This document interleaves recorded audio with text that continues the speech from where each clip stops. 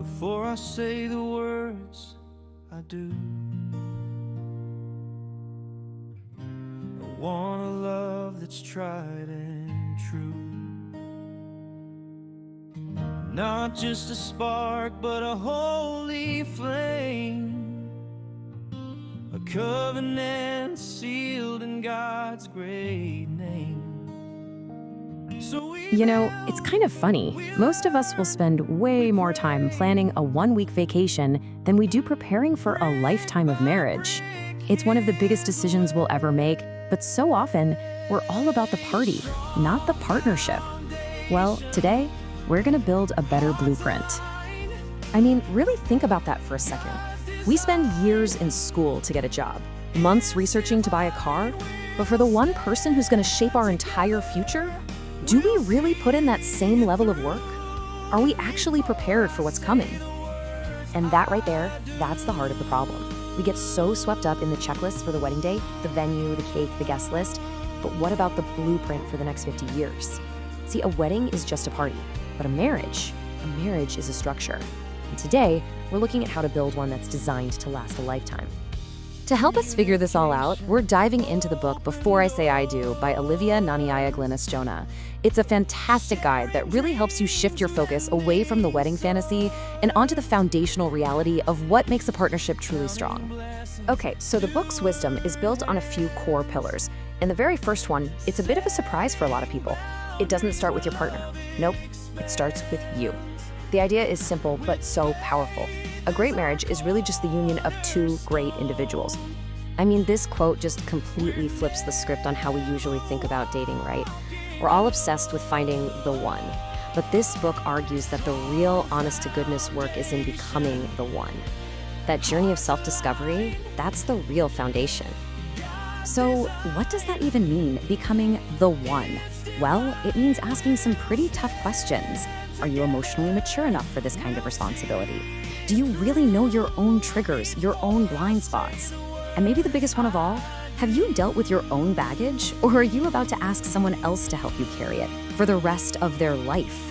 So, once you've done that really critical work on yourself, the next step is to bring that new awareness into the relationship. And this leads us to pillar 2, the core conversations. These are the tough, super practical, and absolutely essential talks you have to have before you even think about saying, I do.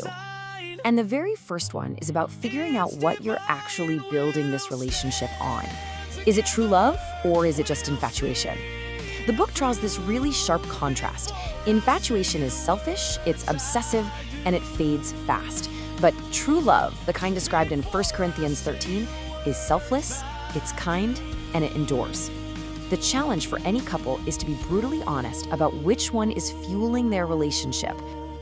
Next up, we're tackling the big one, money. The book uses this incredible parable about a vineyard owner as a framework for financial partnership.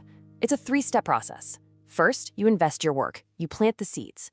Second, you make it productive. You turn the grapes into something more valuable, like wine. And third, you secure that value for the long haul. It totally shifts the conversation from just paying the bills to actually actively building a future together. And hey, if you're thinking, is money really that big a deal? Well, check this out. According to survey data in the book, financial disagreements are the second biggest source of conflict in a marriage. Think about that. 1 in every 5 couples struggles with this. This proves that getting on the same page about money isn't just a nice idea. It's a critical shield for your relationship. And of course, finances are just one piece of a much bigger puzzle. The book points out a bunch of other non-negotiable conversations. How are you going to handle in-laws? Are your career goals even compatible? Have you been totally open about your health? And what about kids? These aren't questions you figure out later. Trust me, later is way too late. Okay, so you've done the personal work. You've had the core conversations. Now comes pillar 3, the warning system. I love this part. The book basically gives you a simple traffic light for your relationship, helping you see the signs that are screaming, slow down, versus the ones that give you a clear green light to move forward. Let's start with the warnings, the red flags. The book is super clear on this. Ignoring red flags doesn't make them vanish. It just guarantees they'll blow up into much bigger problems once you're married. It's all about foreseen trouble and having the wisdom to take cover. So, What should you be looking for? Well, dishonesty is a huge one, right? No trust, no foundation. But also watch for disrespect. And not just towards you. How they treat a waiter tells you everything you need to know. Another major one is a refusal to grow or admit they're wrong. And finally, the book says to trust your gut. If you have this constant nagging lack of peace, that is a red flag all by itself. But hey, it's not all doom and gloom. The book is just as clear about the green lights, those amazing positive signs that show your relationship is healthy, strong, and totally ready for the next step. And you know what's so cool?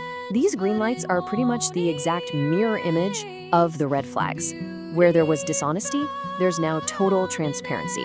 Where there was a refusal to grow, there's a mutual commitment to getting better together. And where there was that lack of peace, there is now this deep, consistent feeling of calm, a sense that this is just right. These are the signs that you're building something that's gonna last.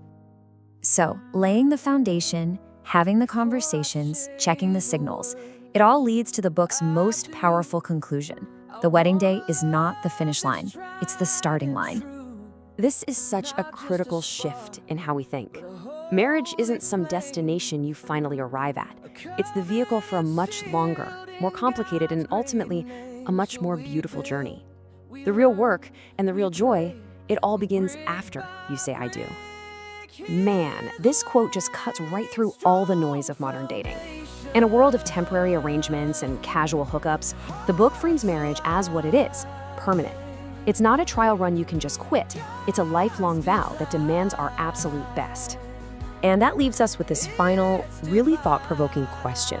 The book makes this great analogy. You wouldn't use finishing materials like paint or carpet for the foundation of a house, right? So in the same way, are you building your relationship on the superficial finishing touches, like fleeting emotions or physical attraction? Or are you building it on the deep, solid pillars of self-awareness, honest communication, and shared values? Because the strength of your entire future together, it all depends on that answer.